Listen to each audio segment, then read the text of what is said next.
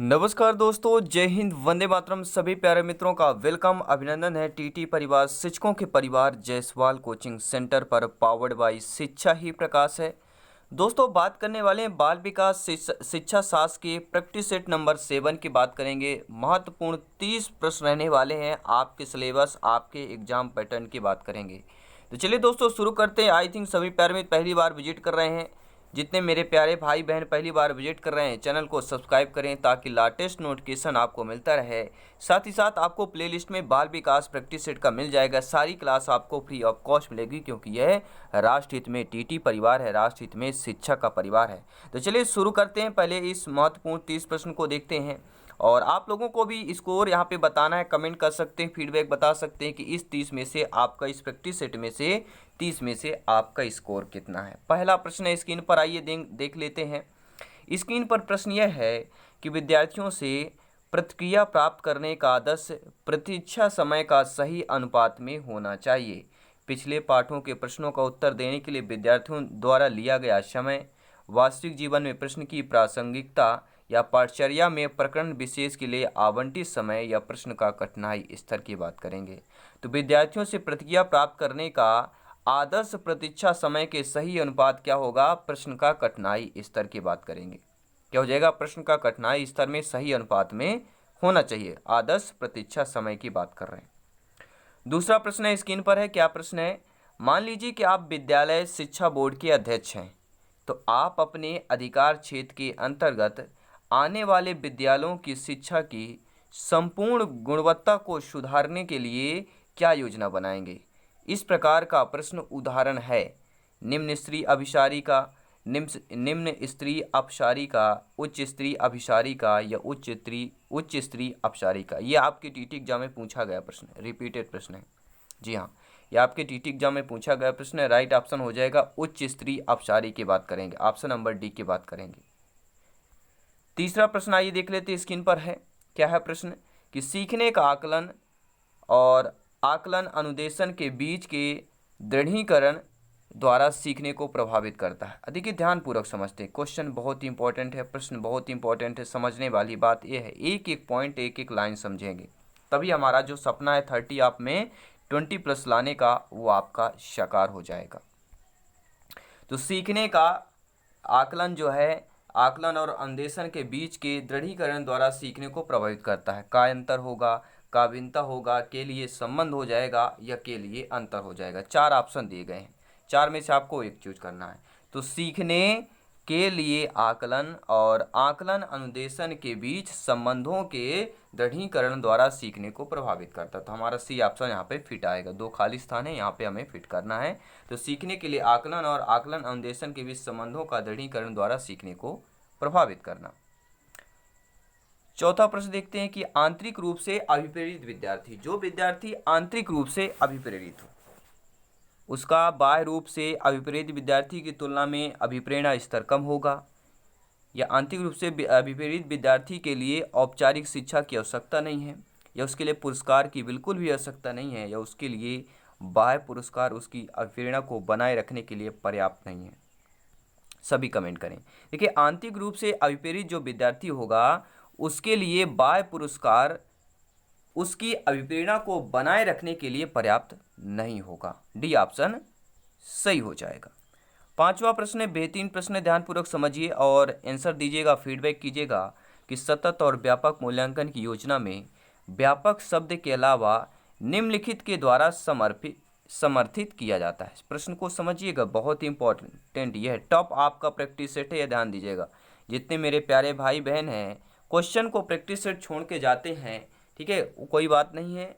जितना ज़्यादा प्रश्न अटेंड करेंगी, जितनी ज़्यादा कठिनाई अभी होगी, तो एग्जाम में आसान हो जाएगा सिलेक्शन पाने के लिए। तो सतत और व्यापक मूल्यांकन की योजना में व्यापक शब्द के अलावा निम्नलिखित के द्वारा समर्थित किया जाता है। किसके? जेपी गिलफोर्ड का बुद्धि संरचना का सिद्धांत है, आपके एल थर्स्टन का प्राथमिक मानसिक योग्यता का सिद्धांत है, बहुबुद्धि का सिद्धांत है, या सूचना प्रक्रमण का सिद्धांत है। तो राइट ऑप्शन क्या होगा? हम ऑप्शन नंबर फर्स्ट की बात करेंगे। जेपी गिलफोर्ड के बहुबुद्धि संरचना का यह सिद्धांत है कि सतत और व्यापक मूल्यांकन की योजना में व्यापक शब्द के अलावा निम्नलिखित के द्वारा समर्थित किया जाता है। ठीक है, ये जेपी गिलफोर्ड के अलावा बुद्धि संरचना के सिद्धांत द्वारा समर्थित किया जाता है। अगला प्रश्न आइए देख लेते हैं कि कक्षा कक्ष में शिक्षक और विद्यार्थी किस प्रकार जेंडर को करते हैं यह सीखने के वातावरण। किस प्रकार के जेंडर को रूपांतरित को क्षुब्ध करते हैं, परिभाषित को कम प्रभावी बनाते हैं, व्याख्यायित या पर कोई प्रभाव नहीं पड़ता है, या निर्मित या पर प्रभाव पड़ता है। देखिए दो ऑप्शन है आपके, दो खाली स्थान दिए गए, दो खाली स्थान पर दो ऑप्शन को फिलअप करना है। ठीक है, तो कक्षा कक्ष में शिक्षक और विद्यार्थी किस प्रकार के जेंडर को रूपांतरित करते हैं यह सीखने के वातावरण को क्षुब्ध करता है। तो पहला ऑप्शन यहाँ पर सही हो जाएगा। अगला प्रश्न देख लेते हैं, उपलब्धि अभिप्रेरणा की बात कर रहे हैं। जो उपलब्धि अभिप्रेरणा है यह सफलता व असफलता को समान रूप से स्वीकारने की तत्परता है, या बिना विचारे जल्दबाजी से कार्य करने की प्रवृत्ति है, या चुनौतीपूर्ण कार्य करने पर डटे रहने की प्रवृत्ति है, या असफलता से बचने की प्रवृत्ति है। जी हाँ दोस्तों, उपलब्धि अभिप्रेरणा है। जो उपलब्धि अभिप्रेरणा होती है वह राइट ऑप्शन होगा कि चुनौतीपूर्ण कार्य करने पर डटे रहने की प्रवृत्ति होती है। क्या हो जाएगा? C option is the right answer. आइए देखते हैं अगला प्रश्न। 8वां प्रश्न स्क्रीन पर है, सभी कमेंट करें, फीडबैक करें। जिनका सपना है गवर्नमेंट टीचर बनना, अध्यापक बनना, अध्यापिका बनना। प्रश्न इंपॉर्टेंट है, आपके रीट एग्जाम में पूछा गया प्रश्न है कि विज्ञान के प्रयोगों में सामान्यतः लड़के जो है उपकरणों का नियंत्रण अपने हाथों में लेते हैं और लड़कियों से आंकड़ों को रिकॉर्ड करने अथवा बर्तन को धोने के लिए कहते हैं। यह प्रवृत्ति क्या दर्शाती है? ये पुरुष और स्त्री की रूढ़बद्ध भूमिकाएं विद्यालय से भी होती हैं। लड़के उपकरणों को ज़्यादा कुशलता से संभाल सकते हैं क्योंकि वे इस प्रकार के कार्यों करने के प्राकृतिक रूप से सक्षम होंगे। या हम कह सकते हैं लड़कियां नाजुक होने के कारण ऐसे काम करना पसंद करती हैं जिनमें ऊर्जा की खपत कम हो। ये लड़कियां बेहतरीन अवलोकनकर्ता होती हैं और बिना किसी गलती के आंकड़ों का रिकॉर्ड करती हैं। देखिए समझने वाली बात है, सर्वप्रथम जब भी लड़का लड़की की बात कर दी जाए, ठीक है, दोनों की तुलना कर दी जाए तो पुरुष और स्त्री की रूढ़बद्ध भूमिकाओं विद्यालय से भी होती ही आपको फेस सामने आ जाता है। तो according to question right option number first हो जाएगा। अगला प्रश्न आइए देख लेते हैं। दिया गया है कि CBSE द्वारा प्रस्तावित समूह परियोजना गतिविधि का एक सशक्त साधन होगा। जी हाँ,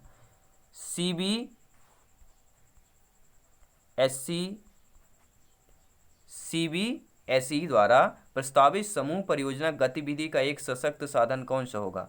रोजमर्रा के शिक्षण में होने वाले तनाव को दूर करना, अनेकता में एकता की संकल्पना का प्रचार प्रसार, या सामाजिक भागीदारिता को सुगम बनाना, या शिक्षकों के भार को हल्का करना। तो CBSE द्वारा प्रस्तावित जो समूह परियोजना गतिविधि है इसका सशक्त साधन हमारा कौन सा हो जाएगा? वह सामाजिक भागीदारिता को सुगम बनाने का हो जाएगा। सी ऑप्शन सही हो जाएगा। अगला प्रश्न है, रेवन का प्रोग्रेसिव मैट्रिसेस परीक्षण का उदाहरण हो जाएगा। समूह बुद्धि लब्धांक, व्यक्तित्व हो जाएगा, मौखिक बुद्धि लब्धांक हो जाएगा, या संस्कृति मुक्त बुद्धि लब्धांक हो जाएगा। ये TT एग्जाम में पूछा गया प्रश्न है। राइट ऑप्शन हम डी की बात कर रहे हैं, संस्कृति मुक्त बुद्धि लब्धांक की बात कर रहे हैं। रेवन का प्रोग्रेसिव मैट्रिसेस परीक्षण जो है संस्कृति मुक्त बुद्धि लब्धांक परीक्षण का उदाहरण कहलाता है। अगला प्रश्न है, निम्नलिखित में से कौन सा सिद्धांत पाठ्य योजना में शामिल नहीं है? ध्यान दीजिएगा, बहुत ही इंपॉर्टेंट प्रश्न है। प्रश्न कौन सा है? 11 नंबर प्रश्न है आपका। आइए ध्यानपूर्वक देखते हैं कि निम्नलिखित में से कौन सा सिद्धांत पाठ्य योजना में शामिल नहीं होगा। देखिए, शिक्षण का ज्ञान, उद्देश्यों की स्पष्टता, शिक्षार्थियों का ज्ञान, ये तीनों जो आपके ये तीनों जो सिद्धांत दिए गए पाठ्य योजना में शामिल होंगे, लेकिन योजना की दृढ़ता यह सिद्धांत शामिल नहीं होगी। तो according to question right option number first हो जाएगा। आइए देखते हैं अगला प्रश्न दिया गया है कि निःशुल्क एवं अनिवार्य शिक्षा RTE एक्ट 2009 में अनिवार्य शब्द का अर्थ क्या होगा? कि केंद्र सरकार दाखिले, उपस्थित और प्रारंभिक शिक्षा की पूर्णता को सुनिश्चित करेगी, या उचित सरकारें दाखिले, उपस्थित और प्रारंभिक शिक्षा की पूर्णता को सुनिश्चित करेंगी, यह हम बात करें दंडात्मक कार्य से बचने के लिए अपने बच्चों को विद्यालय भेजने के लिए अभिभावकों पर अनिवार्य रूप से जोर डालेंगी। यह हम बात करें अनिवार्य शिक्षा सतत परीक्षण के माध्यम से प्रदान की जाएगी। देखिए, निःशुल्क जो आपका एवं अनिवार्य शिक्षा RTE एक्ट 2009 है, इसकी हम बात करेंगे। राइट ऑप्शन नंबर किसकी बात कर रहे हैं? सभी नोट। देखिए 4 ऑप्शन है, 4 ऑप्शन में से हमें एक ही ऑप्शन को चुनना है, ऑप्शन नंबर बी चुनेंगे। RTE एक्ट 2009 निःशुल्क एवं अनिवार्य शिक्षा में जो अनिवार्य शब्द का अर्थ उन्होंने बताया है कि उचित सरकारें दाखिले, उपस्थित और प्रारंभिक शिक्षा की पूर्णता को सुनिश्चित करेंगी। अनिवार्य शब्द का यह अर्थ हो जाएगा। अगला प्रश्न आइए समझते हैं जानते हैं कि अधिगमकर्ता का स्वनियम का अर्थ क्या होगा। क्या पूछा जाए, जो अधिगमकर्ता का स्वनियमन का अर्थ होता है विद्यार्थी निकाय द्वारा बनाए गए नियम एवं विनिमय, विद्यार्थी के व्यवहार के लिए विनियमों का निर्माण करना, स्व अनुशासन और नियंत्रण या अपने सीखने का स्वयं अन्वेषण करने की योग्यता की बात करेंगे। तो अधिगमकर्ता का स्वनियम का अर्थ क्या होता है, वह होता है कि अपने सीखने का स्वयं अन्वेषण करने की योग्यता की बात करेंगे। Option number D is the right answer, correct answer की बात करेंगे। सभी प्यारे मित्र कमेंट करें, फीडबैक करें। जिनका सपना है गवर्नमेंट टीचर बनना, अध्यापक अध्यापिका बनना, जायसवाल सर सभी का अभिनंदन करते हैं। आई थिंक सभी प्यारे मित्र वीडियो को लाइक अवश्य कर लिया होगा। बहुत बहुत धन्यवाद दोस्तों। मैडम चाय खाती है, यह वाक्य होगा। अर्थ विज्ञान एवं वाक्य विन्यास दोनों की दृष्टि से सही है। अर्थ विज्ञान एवं वाक्य विन्यास दोनों की दृष्टि से गलत है। यह वाक्य विन्यास की दृष्टि से है लेकिन अर्थ विज्ञान की दृष्टि से गलत है। यह अर्थ विज्ञान की दृष्टि से सही है लेकिन वाक्य विन्यास की दृष्टि से जो गलत है। देखिए हम समझेंगे, मैडम चाय खाती है। देखिए हम अगर वाक्य विन्यास के दृष्टि से देखें तो ये वाक्य सही लगेगा वाक्य विन्यास में, लेकिन अगर अर्थ विज्ञान की दृष्टि से देखें तो गलत हो जाएगा। अर्थ विज्ञान की दृष्टि से क्या होना चाहिए, मैडम चाय पीती है, और वाक्य विन्यास में देखिए तो आपका सही हो जाएगा। ठीक है, आई थिंक आप लोग समझ गए होंगे। ठीक है दोस्तों, अब देखते हैं अगला प्रश्न स्क्रीन पर है कि सीखने के सिद्धांतों के संदर्भ में इसके फोल्डिंग किसकी ओर संकेत करता है। सीखने में वयस्कों द्वारा अस्थायी सहयोग की ओर, या विद्यार्थियों द्वारा दी गई गलतियों के कारणों का पता लगाना, या अनुरूपी शिक्षण की बात कर रहे हैं, या पूर्व अधिगम की पुनरावृत्ति की बात कर रहे हैं। सभी प्यारे मित्र कमेंट करें जिनका आप सपना है गवर्नमेंट टीचर बनना, mission crack TT exam and select government teacher की बात करेंगे। सेलेक्टेड, अगर आपको न्यूज चाहिए जब भी आपका एग्जाम ओपन हो तो आपका नाम आना चाहिए सेलेक्टेड। ठीक है, तो डेली क्लासेस अटेंड करें, तैयारी जारी रखें। ठीक है, घर में रहें, सेफ रहें। सीखने के सिद्धांतों के संदर्भ में इसके फोल्डिंग की ओर संकेत करता है। ऑप्शन नंबर हम किसकी बात कर रहे हैं, सीखने में वयस्कों द्वारा अस्थायी सहयोग की बात करेंगे। जी हाँ, इसके फोल्डिंग का अर्थ होता है मचाना या बनाना, मचाना बनाना, या यह नए ज्ञान के साथ बच्चों के पास जो है पहले से मौजूद ज्ञान पर निर्मित होता है, जिससे वयस्क बच्चे को सीखने में सहयोग मिलता है। आइए देखते हैं अगला प्रश्न है कि एक महिला ने भोजन प्राप्त करने के लिए अपने बच्चे को बेच दिया। इस खबर को के आधार पर ये तरह समझाया। ये आपके सी टेट में आया हुआ प्रश्न है। सी टेट में आया हुआ प्रश्न, ध्यान दीजिएगा कि एक महिला ने एक भोजन प्राप्त करने के लिए अपने बच्चे तक को बेच दिया। यानी यह मनोसामाजिक सिद्धांत कहलाएगा, पुनर्वलित आकस्मिकताओं का सिद्धांत, मनोविश्लेषणात्मक सिद्धांत, या पदानुक्रमिक आवश्यकताओं का सिद्धांत। तो ये जो कहलाएगा पदानुक्रमिक आवश्यकताओं का सिद्धांत कहला जाएगा, आवश्यकता के कारण है। ठीक है, डी ऑप्शन सही हो जाएगा। अगला प्रश्न ये देखते हैं, बुद्धि लब्धांक के आधार पर, जो बुद्धि लब्धांक या आईक्यू के आधार पर जो है विभिन्न समूहों में विद्यार्थियों का वर्गीकरण उनकी स्वगरिमा को है और उनके शैक्षिक निष्पादन को घटाता है, बढ़ाता है, घटाता है, प्रभावित नहीं होता है, बढ़ाता है, घटाता है, बढ़ाता है, घटाता है, घटाता है, बढ़ाता है, क्या करता है। देखिए दोस्तों, बुद्धि लब्धांक के आधार पर, अगर आईक्यू के आधार पर हम देखें, जो विभिन्न समूहों में विद्यार्थी, शिक्षार्थी, बालक बालिकाएं होती हैं, उनका वर्गीकरण स्वगरिमा को क्या करता है, स्वगरिमा को घटाता है और प्रभावित नहीं करता। देखिए, स्वगरिमा को घटाएगा लेकिन उनके शैक्षणिक निष्पादन को कोई प्रभावित नहीं करता। तो स्वगरिमा को घटाएगा, उनके शैक्षिक निष्पादन प्रभावित नहीं होगा। बी ऑप्शन सही हो जाएगा। अगला प्रश्न है कि जॉन डीवी द्वारा समर्थित लैब विद्यालय के उदाहरण हो जाएगा पब्लिक विद्यालय, सामान्य विद्यालय, फैक्ट्री विद्यालय, या प्रगतिशील विद्यालय। तो आपने जॉन डीवी का पढ़ा होगा, हम बात कर रहे हैं जॉन डीवी की बात कर रहे हैं। ठीक है, नोट करेंगे, जॉन डीवी की बात करें, जॉन डीवी द्वारा समर्थित लैब उदाहरण ये हो जाएगा प्रगतिशील विद्यालय की बात करेंगे। Option number D is the right answer, correct answer की बात करेंगे। सभी प्यारे मित्र कमेंट करें। जी हाँ, अगला प्रश्न ध्यान दीजिएगा, लॉरेंसन कोहल वर्ग के द्वारा प्रस्तावित निम्नलिखित चरणों में से प्राथमिक विद्यालयों के बच्चे किन चरणों का अनुसरण करते हैं। आज्ञा पालन और दंड उन्मुखीकरण का, व्यक्तित्व और विनिमय का, अच्छे अंतः विकृत संबंध का, या सामाजिक अनुबंधन और व्यक्तित्व अधिकार का। अब चार ऑप्शन दिए गए हैं, चार ऑप्शन को आपको चुनना है, कौन सा हो जाएगा। देखिए, लॉरेंसन कोहल वर्ग के द्वारा प्रस्तावित निम्नलिखित चरणों में से प्राथमिक विद्यालयों के बच्चे किन चरणों का अनुसरण करते हैं। तो आज्ञा पालन और दंड उन्मुखीकरण चरण का, अव्यक्तित्व और विनिमय का। ये दो ऑप्शन, यानी कि पहला ऑप्शन ए और बी, जो दो ये चरण हैं, ये जो है लॉरेंसन कोहलबर्ग के अनुसार प्राथमिक विद्यालय के बच्चे इन चरणों को अनुसरण करते हैं। ठीक है, कौन सा होता है? एक आज्ञा पालक और दंड उन्मुखीकरण, और दूसरा होता है व्यक्तित्व का और विनिमय जैसे चरणों का पालन प्राथमिक विद्यालय के बच्चे करते हैं। अगला प्रश्न है कि एक विद्यार्थी कहता है कि उसका दादा आया है और एक शिक्षक होने के नाते आपकी प्रतिक्रिया क्या होनी चाहिएगी? आप एक अध्यापक अध्यापिका है, मान लीजिए आपकी नियुक्ति होती है, अध्यापक अध्यापिका बनते हैं, शिक्षक बन जाते हैं, आप बच्चों में पढ़ा रहे हैं। एक विद्यार्थी आपसे कहता है कि मान लीजिए कोई बालक का नाम कि उसके दादाजी आए हैं, तो एक शिक्षक होने के नाते आपकी प्रतिक्रिया, आप क्या उस बालक को जो आप पूछ रहा है उसको क्या उत्तर देंगे? कि दादा आया है की जगह दादाजी आए हैं कहना चाहिए, या आप अपनी भाषा पर ध्यान दीजिए, या अच्छा आपके दादाजी आए हैं, या बच्चे आप सही वाक्य नहीं बोल रहे हैं, तो आप क्या करेंगे? देखिए एक टेस्ट होता है, यही साइकोलॉजी कहलाता है, यही शिक्षा शास्त्र, यही पेडागोजी है। तो आप कहेंगे अच्छा आपके दादाजी आए हैं, ये आप कहेंगे। एक विद्यार्थी कहता है कि उसका दादा आया है, ठीक है, दादा आया है, ध्यान दीजिएगा। एक शिक्षक होने के नाते आपकी प्रतिक्रिया क्या होनी चाहिए? अच्छा आपके दादाजी आए हैं, ऐसी प्रतिक्रिया होना चाहिए। सी ऑप्शन की बात करेंगे, क्योंकि बच्चे अनुकरण द्वारा सीखते हैं। बच्चे क्या होते हैं? अनुकरण द्वारा सीखते हैं, और शिक्षक के सही गलत का भी तरीका का भी अनुकरण करते हैं। इसलिए शिक्षक होने के कारण अभिभावकों के प्रति सम्मानीय शब्दावली का प्रयोग करना आपका एक उत्तरदायित्व होता है, एक अध्यापक शिक्षक का उत्तरदायित्व होता है। अतः आप कहेंगे आपके दादाजी आए हैं। अगला प्रश्न देखेंगे, स्क्रीन पर है कि किसके अलावा निम्नलिखित घटना या वृत्तांत रिकॉर्ड की विशेषताएं कहलाती हैं? किसके अलावा, ध्यान दीजिएगा, अलावा मतलब वो नहीं होगा, वही हमें चूज करना है, नेगेटिव ऑप्शन को चूज करना है। यह पर्याप्त विस्तार के पूर्ण तथ्यात्मक प्रतिवेदन है, यह व्यवहार का व्यक्तिनिष्ठ साक्ष्य है, इसलिए यह शैक्षणिक क्षेत्र के लिए प्रतिपुष्ट या फीडबैक उपलब्ध नहीं कराता है, यह घटनाओं का सही वर्णन है, यह बच्चे के व्यक्तिगत विकास अथवा सामाजिक अंत्यक्रियाओं को वर्णित करता है। यानी किसके अलावा जो है निम्नलिखित घटना या वृत्तांत रिकॉर्ड की विशेषता कहलाएगी? हम बात कर रहे हैं ऑप्शन नंबर बी के अलावा।